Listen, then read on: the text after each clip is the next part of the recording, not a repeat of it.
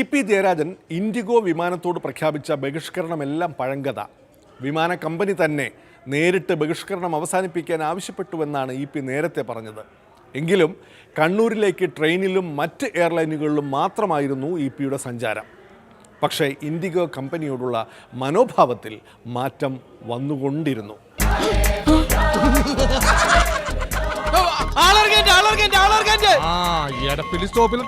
ബാക്കി വല്ലതുണ്ടാവുകയാണെങ്കിൽ ആലുവയിൽ ഇറക്കാം. ആ എയർലൈൻ്റെ അകത്ത് ഈ മുദ്രാവാക്യം വിളിക്കുന്നതിനല്ലല്ലോ പ്രശ്നം. എയർലൈൻ്റെ അകത്ത് ഒരാളെ ഉപദ്രവിച്ചാൽ കേസെടുക്കണം. ആരെയാണ് ഉപദ്രവിച്ചത്? അടിച്ചവൻ പോയിട്ടില്ല, ഇവിടെ ഉണ്ട്. അടിച്ചവൻ ഇവിടെ ഉണ്ട് എന്നും പോയിട്ടില്ല. അതുകൊണ്ട് എന്നോട് വിമാന കമ്പനിയും എയർപോർട്ട് അതോറിറ്റിയും എന്നോട് നന്ദി രേഖപ്പെടുത്തണം. വിമാനത്തിലെ കയ്യാങ്കളിയിൽ ഇ.പി. ജയരാജൻ യാത്രാവിലക്ക്. ഇന്ത്യക്കകത്തും പുറത്തും 3 ആഴ്ചത്തേക്ക് വിലക്കിയത് ഇൻഡിഗോ. അവരിപ്പോൾ എനിക്ക് 3 ആഴ്ചയ്ക്ക് യാത്രാ വിലക്കാണെങ്കിൽ ഞാൻ ഇനി ഈ ഇൻഡിഗോ കമ്പനിയിൽ യാത്ര ചെയ്യില്ല. ഇത് ഇത്ര നിലവാരമില്ലാത്ത ഒരു കമ്പനിയാണെന്ന് ഞാൻ മനസ്സിലാക്കിയില്ല. നീ തീർന്നടാ, നീ തീർന്നു. ഇനി ഇൻഡിഗോ കമ്പനിയിൽ ഞാൻ യാത്ര ചെയ്യുകയില്ല. ഇതൊരു വൃത്തികെട്ട കമ്പനിയായിട്ട് ഞാൻ മനസ്സിലാക്കുന്നു.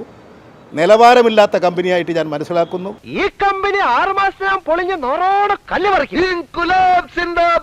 ഇങ്ങനെ ഒരു വൃത്തികെട്ട കമ്പനി, അവരിപ്പോൾ പല സ്ഥലത്തും അവരുടെ കമ്പനികളുടെ വിമാന സർവീസ് അപകടത്തിലാണെന്നുള്ള വാർത്ത വരുന്നുണ്ട്. അതുകൊണ്ട് ആ കമ്പനി ഞാൻ ഉപേക്ഷിക്കുക. ബിസിനസ് ഇനിയും തുടരാൻ പറ്റുമെന്ന് തോന്നുന്നില്ല. ഞാനിപ്പോഴും ട്രെയിനിലാണ് യാത്ര ചെയ്യുന്നത്.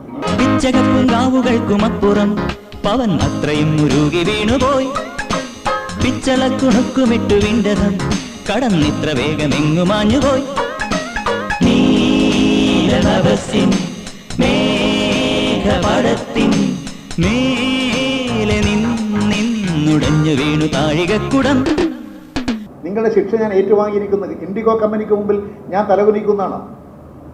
അവരുടെ നിങ്ങൾ പോയി നിങ്ങളെ പണി നോക്ക്. ഇനി ഞാൻ നിങ്ങളെ വിമാനത്തിൽ കയറുന്നുണ്ടെങ്കിലല്ലേ, അതാ ഞാൻ പറഞ്ഞത്.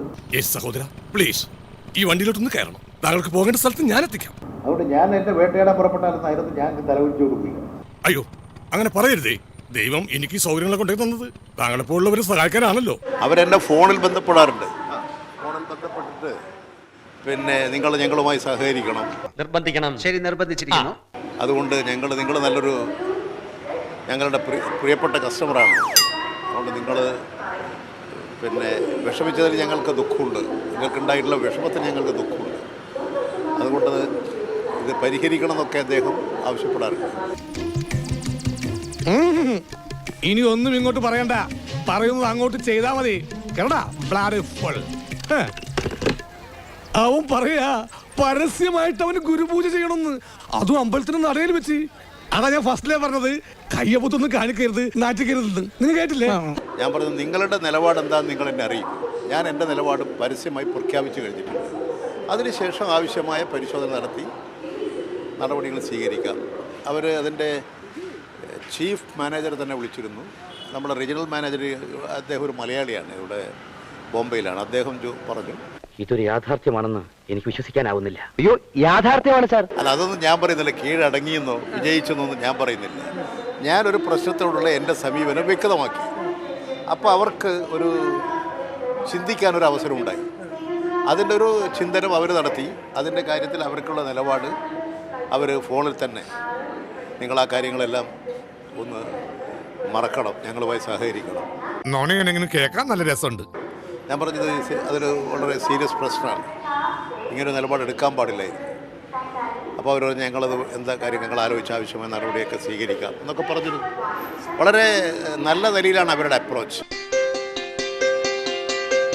അങ്കിൾ ഊണുകാലായി വരൂ. ദേ ആ കഴുതേ കൂടെ വിളിച്ചോളൂ. അങ്കിൾ ഊണുകാലായി വരൂ. ദേ അയാളെ കൂടെ വിളിച്ചോളൂ. അങ്കിൾ ഊണുകാലായി വരൂ. ദേ മറ്റേയാളെ കൂടെ വിളിച്ചോളൂ. അങ്കിൾ ഊണുകാലായി വരൂ. ദേ വിഷ്ണുവിനെ കൂടെ വിളിച്ചോളൂ. അങ്കിൾ ഊണുകാലായി വരൂ. ദേ പുള്ളിക്കാരനെ കൂടെ വിളിച്ചോളൂ.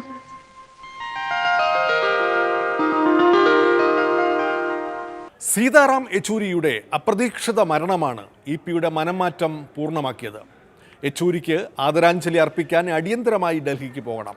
കണ്ണൂരിൽ നിന്ന് ഇൻഡിഗോ വിമാനമേ ഉള്ളൂ ഡൽഹിക്ക്. പഴയ ഉഗ്രശപഥം ഈ യാത്രയ്ക്ക് തടസ്സമാകരുത്. EP ബഹിഷ്കരണം അവസാനിപ്പിക്കുകയും ചെയ്തു. ഇൻഡിഗോ ബഹിഷ്കരണം അവസാനിപ്പിച്ച് EP ജയരാജൻ കരിപ്പൂരിൽ നിന്ന് ഡൽഹിയിലെത്തിയത് ഇൻഡിഗോ വിമാനത്തിൽ. അവര് വഴക്ക് പറഞ്ഞ ചെങ്ങൈമാരായില്ലേ? എപ്പോ നേരം വെളുത്ത് ഇത്രയല്ലേ ആയുള്ളൂ? ഇന്നലെ രാത്രി 10:15 വരെ ഞാൻ പിള്ളേച്ചന്റെ കൂടെ ഉണ്ടായിരുന്നു. അതുവരെ അവർ ചങ്ങാതിമാരല്ല. 10:16 അവർ ചങ്ങാതിമാരായത്. ദൈവത്തിന്റെ ഒരേ കളികളെ. ഞാനിപ്പോൾ അത്തരം ഒരു കാര്യത്തെക്കുറിച്ച് ചിന്തിക്കുന്നില്ല. ഒരു ഘട്ടങ്ങളിൽ ഒരു തീരുമാനമെടുത്തിട്ടുണ്ടാകും. അത് അന്നത്തെ സാഹചര്യത്തിലായിരിക്കും. ആ തീരുമാനം എല്ലാ കാലഘട്ടത്തിലേക്കും ഉള്ളതാണ് ധരിക്കരുത്. എല്ലാ ഭൗതിക സാഹചര്യങ്ങളും വസ്തുനിഷ്ഠമായി വിലയിരുത്തിക്കൊണ്ട് വേണം അടവ് നയങ്ങൾ ആവിഷ്കരിക്കാൻ. ഞാനെടുത്ത തീരുമാനം അന്നത്തെ കാലഘട്ടത്തിന് തികച്ചു ശരിയാണ്. ആ തീരുമാനത്തിൻ്റെ മേലെ ഞാൻ നിന്ന് സീതാറാം യെച്ചൂരി അന്തരിച്ചിട്ട് അദ്ദേഹത്തിൻ്റെ അടുത്ത് വരാൻ ആ തീരുമാനം എനിക്ക് തടസ്സമാകാൻ പാടില്ലായിരുന്നു. അതാണ് ഞാൻ എൻ്റെ തീരുമാനത്തിൽ മാറ്റം വരുത്തിയത്. എന്തൊക്കെ ബഹളമായിരുന്നു.